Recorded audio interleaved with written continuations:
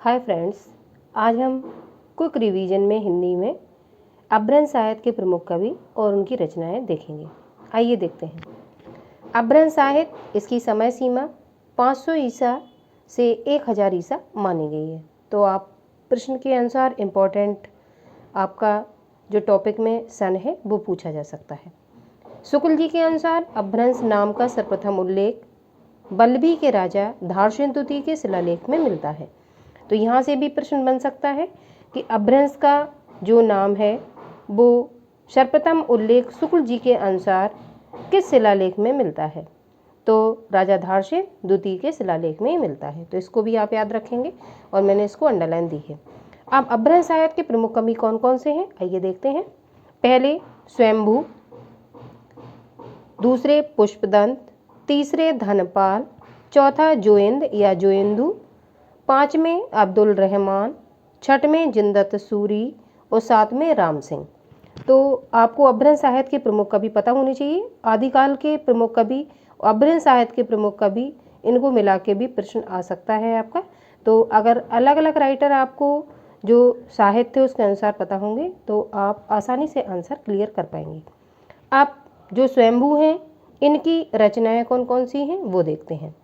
तो पहले जो अपभ्रंश साहित्य के कवि हैं वो स्वयंभू हैं और इनकी रचनाएं पोम चरऊ, ये इम्पोर्टेंट है।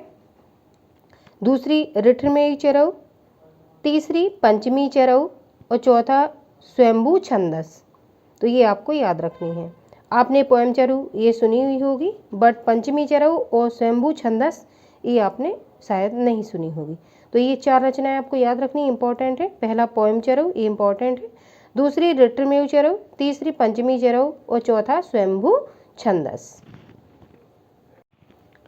स्वयंभू के बारे में इंपॉर्टेंट फैक्ट्स देखते हैं। स्वयंभू जैनका परंपरा के प्रथम कवि माने जाते हैं। आपसे प्रश्न इस तरीके से पूछा जाता है, अपभ्रंश साहित्य के प्रमुख कवि जो प्रथम है वो कौन माने जाते हैं, तो आपको स्वयंभू में निशान लगाना है। ये जैनका परंपरा के प्रथम कवि हैं। अपभ्रंश साहित्य के इनको वाल्मीकि माना जाता है, मैंने अंडरलाइन की हुई है। भूराशंकर व्यास ने इन्हें अपभ्रंश साहित्य का कालिदास भी माना है। तो ये 3 पॉइंट आप लोग याद रखेंगे। दूसरे अपभ्रंश साहित्य के जो राइटर हैं पुष्पदंत है, इनका जो सन है 10वीं शताब्दी है और उपनाम इनका अभिमान मेरु है। अपभ्रंश साहित्य के इनको व्यास कहा जाता है। तो प्रश्न यहाँ से पूछा जा चुका है, अपभ्रंश साहित्य के वाल्मीकि किसको माना जाता है। 4 ऑप्शन आपको दे देंगे। तो अपभ्रंश साहित्य के जो वाल्मीकि है वो स्वयंभू को माना जाता है। अपभ्रंश साहित्य के जो व्यास है वो पुष्पदंत को माना जाता है। इस तरीके से आप लोग इस चीज़ को याद रखेंगे। अब इम्पोर्टेंट रचनाएं पुष्पदंत की, पहला महापुराण इम्पोर्टेंट है। ऋण कुमार चरऊ और जसर चरऊ, ये भी इम्पोर्टेंट है और ये भी इम्पोर्टेंट है। तो ये रचनाएं आपको ध्यान रखनी है। पुष्पदंत की रचनाएं हैं महापुराण, ऋण कुमार चरऊ और जसर चरऊ। तीसरे राइटर आपके हैं धनपाल। धनपाल का जो समय है वो भी आपका 10वीं शताब्दी ये माना गया है और इनकी रचना का नाम है भविष्यत कहा, या इसी का दूसरा नाम है सूर पंचमी रास। तो ये रचना आपको ध्यान रखनी है। धनपाल का जो समय है 10वीं शताब्दी है। इंपॉर्टेंट रचना भविष्यत कहा है, इसी का दूसरा नाम सूर पंचमी रास है। चौथे राइटर जोयंद या जोयंदू हैं। इनकी समय सीमा भी 10वीं शताब्दी है। दोहा का परंपरा का प्रारंभ अपभ्रंश साहित्य में जोयंदू से माना जाता है। तो ये इंपॉर्टेंट प्रश्न है आपका, इसको आप लोग याद रखेंगे इंपॉर्टेंट प्रश्न को कि दोहा का परंपरा का प्रारंभ किस कवि से माना जाता है। तो आपको निशान लगाना है जोयंदू से। इनकी प्रमुख रचनाएं परमार्थ प्रकाश और योगसार, ये दो इनकी इंपॉर्टेंट रचनाएं हैं दोनों ही, ये आपको याद रखनी है। जोयंदू की रचनाएं फिर से देखेंगे, परमार्थ प्रकाश और योगसार। अब अगले इंपॉर्टेंट कवि हैं अब्दुल रहमान, जिनका समय है 12वीं से 13वीं शताब्दी के मध्य और इनकी इंपॉर्टेंट रचना है संदेश रासक। अब संदेश रासक के बारे में कुछ देखते हैं थोड़ा सा। यह ग्रंथ 3 प्रकरणों में विभक्त 223 छंदों का सुंदर खंड काव्य है। तो आपको याद रखना है कि जो संदेश रासक है खंड काव्य है, महाकाव्य है, इनमें से सभी, इनमें से कोई नहीं। तो आप ये संदेश रासक जो है आपका खंड काव्य है। इसमें विक्रमपुर की वियोगिनी की कथा वर्णित है। एक बार प्रश्न ऐसा पूछा जा सकता है, विक्रमपुर की वियोगिनी की कथा का वर्णन किस रासक में है। तो 4 ऑप्शन दे देंगे। तो आपको याद रखना है संदेश रासक में और ये खंड काव्य है। अगला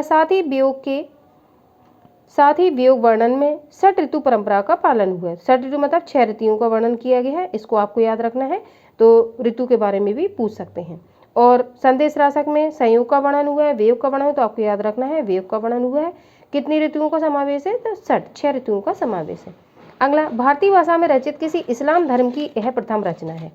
आप इस्लाम धर्म की भारतीय भाषा में ये प्रथम रचना है, तो प्रश्न पूछा जा सकता है कि कौन सी ऐसी रचना है जो इस्लाम धर्म की भारतीय भाषा में प्रथम रचना है, तो आपको संदेश राशक में निशान लगाना है।